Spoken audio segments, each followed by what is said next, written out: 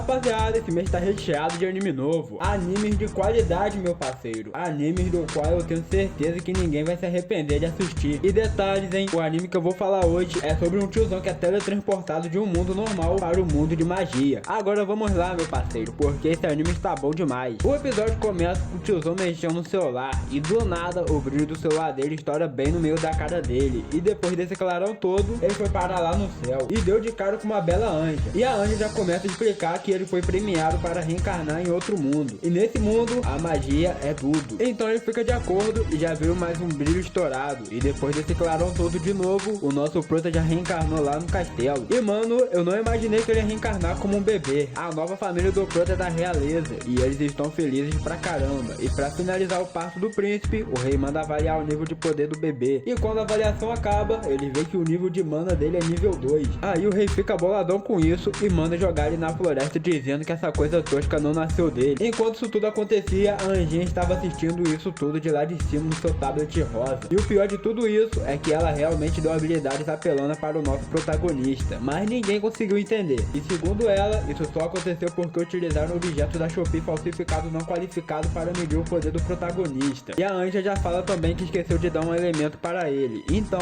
a outra anja fala que os humanos só não conseguiu saber o poder do protagonista porque ela foi burra de esquecer de dar um elemento para ele e ter exagerado muito no nível de poder dele, que lá naquele mundo de magia o nível máximo era 71 e ela deu um nível 1002 pro protagonista. E depois disso tudo corta pra cena do protagonista e realmente ele foi abandonado na floresta deserta. E como o nosso prota viu que ia acabar morrendo ali sozinho, ele começou a tentar usar magia com a força da sua imaginação. E nisso ele conseguiu formar um cubo e mudar ele de forma com a força da sua imaginação. Então ele imaginou que fosse possível usar a barreira nele e a partir daí ele começou a usar a magia nele mesmo. E do nada ele começou a flutuar. Enquanto ele flutuava, apareceu um lobo tentando devorar ele, mas o lobo se fudeu, porque a barreira que ele criou é indestrutível. Aí como o nosso prota não é burro, ele percebeu que tinha que derrotar esse lobo. Então ele fez várias barreiras e jogou todas de uma vez só. Mas isso só serviu para enfurecer o lobo. Então ele teve uma ideia. Ele usou a magia para arrancar todas as árvores pela raiz e jogar tudo de uma vez só no lobo. Mas o lobo se levantou. Então para acabar com isso de uma vez por todas, o nosso prota levantou uma tonelada de terra do subsolo. No momento em que o lobo ia ficar amassadinho que nem purê de batata, o nosso protagonista escuta a voz de alguém dizendo que se rende. Ele percebeu que era o lobo, então ele parou seu ataque e logo em seguida corta pra cena do lobo pedindo desculpa por tentar devorar ele. Ele diz que só estava querendo recuperar sua mana, mas não sabia que o bebê era tão poderoso. E depois que ele soube da força absurda do protagonista, ele pergunta qual é seu nome. E quando o menor vai falar, ele não consegue soltar nenhuma palavra. Foi aí que o lobão percebeu que ele perdeu por uma pessoa que não sabe nem falar. Porém, o nosso protagonista é um gênio da profecia, então ele já cria um cubo com a capacidade de transmitir o som da sua voz. Daí o lobão pergunta qual é o seu nome de novo. E como aquele nome da realeza era muito complicado, ele acaba inventando o nome naquela hora. E falou pro lobão que ele se chama Haruto. E também ele fala que foi abandonado pela sua família, porque o seu nível de mana era muito baixo. E em resposta, o lobão fala que isso é impossível, porque a energia que ele emanava superava até dos humanos. Então o lobão já começa a achar que ele possa ser a reencarnação do rei demônio. O protagonista já lança real e fala que ele é esse tal de rei demônio, pra não ter que ficar explicando muito. E assim que o Haruto vai meter o pé dali, ele diz adeus pro Ferir de Fogo, chamando ele de Flay. E o Ferir de Fogo, ouvindo que o Haruto deu até um apelido pra ela chama o Haruto e pede pra ele ser o mestre dela. E o Haruto responde que só chamou ela de Flay para não ter que falar Ferir de Fogo. E depois disso o Haruto perde as energias e cai lentamente no chão. A Flay, vendo isso tudo, pergunta o que houve. E o Haruto responde que ele precisa de leite materno. E como a Flay está disposta para fazer qualquer coisa para o seu mestre, ela se esforça o máximo para ficar no formato de uma mulher humana. Daí, como ela estava meio que sem roupa, o Haruto vai lá e cria uma barreira mágica e transforma em uma roupa para a Flay usar. Mas não adiantou muito, porque ela continua muito seca. Então ele acaba escutando sons de pessoas chegando. Aí a Flay pergunta pro Haruto se a pessoa chegar muito perto ela pode matar. O Haruto passou as ordens que era para ela tentar conversar primeiro. Então quando a pessoa se aproximou mais, a Flay perguntou o que ele veio fazer aqui. O cara responde dizendo que ele veio buscar o protagonista. A Flay já manda o papo reto, que ela não vai permitir que o protagonista seja levado. O cara pergunta por qual motivo ela está fazendo isso. E a Flay responde de toda animada, que é porque o protagonista é o mestre dela. Mas como ele veio preparado com leite materno para alimentar o protagonista, o Haruto é obrigado a passar as ordens pra Flay, dizendo que é pra ela pegar esse leite porque ele está morrendo de fome. Mas a Flay rejeita. E mano, papo reto mesmo, eu não tô acreditando que esses dois estão conversando enquanto o protagonista do anime está quase morrendo. E já corta pra cena do tiozão insistindo em cuidar da criança. E a Flay já pergunta o porquê porquê dele querer cuidar do Haruto. O tiozão de cabelo loiro responde dizendo que é porque a sua esposa falhou em dar luz, e a partir daí ele passou a salvar todas as crianças, porque segundo ele, todas as crianças que vêm ao mundo merecem viver. Depois que a Frey ouviu o discurso do tiozão, ela se emociona, e para garantir a sobrevivência do protagonista, o tiozão de cabelo loiro decide contratar a Frey. Resumindo tudo, a Frey vai ser babá do Haruto. Por fim, o tiozão já arma uma morte falsa para todo mundo pensar que a criança morreu na selva. E no meio do caminho, o nosso protagonista quase morre de fome, porque a Frey falou que o Haruto só vai beber o leite dela. Mas graças ao tiozão, o protagonista sobreviveu. Que se fosse pela Frey, provavelmente o protagonista teria morrido e o anime acabaria ali mesmo. E corta pra cena do Haruto falando com a sua mente dizendo que ele só queria o leite materno e que depois iria meter o pé dali. Mas como o tiozão e a família do tiozão trataram ele bem, ele acabou ficando por ali mesmo. Mas como tudo tem um lado ruim, a irmã de criação do Haruto odeia ele. E o que não dá pra entender é que ela gosta da Frey, mesmo a Frey sendo um demônio. Logo vê que os humanos não estão com nada perto da Frey. Então, quando a garotinha pede a Frey para brincar com ela, a Frey recusa na hora, porque ela tem que proteger o seu mestre. Mas o Haruto manda a Frey ir brincar com ela logo. Então, a Frey vai se divertir com a irmã de criação do protagonista. Enquanto isso tudo acontecia, o Haruto estava observando tudo pela janela. Aí não demorou muito e a mãe de criação do protagonista apareceu do nada. E já começou a passar a visão pro menor de como as mulheres pensam. Aí quando parecia que o Haruto pegou a visão, meu parceiro, ele não tinha entendido foi merda nenhuma. A única coisa que ele entendeu é que a irmã de criação dele descobriu que ele saiu de um mundo onde ele era um tiozão de 30 anos. Aí o nosso protagonista tremeu na base. E nisso que o Haruto ficou em pânico, a mãe de criação dele tenta acalmar ele, dizendo que talvez se ele mostrar o seu lado bom e fazer uma coisa especial pra irmã dele, vai mudar a forma de pensamento da garotinha. E a mãe dele fala que isso realmente dá certo. E depois dessa conversa toda, o nosso protagonista foi pro seu quarto. E lá ele estava conversando com um clone que ele tinha criado a partir da sua magia de barreira. E na verdade, esse clone criado com a barreira mágica do protagonista simplesmente é só para que ele saia da casa dele sem que ninguém perceba. E agora que ele foi pensar que a Frey vai querer ir também a qualquer custo. E teoricamente, se ele realmente for fugir, ele vai ter que criar um clone da Frey também.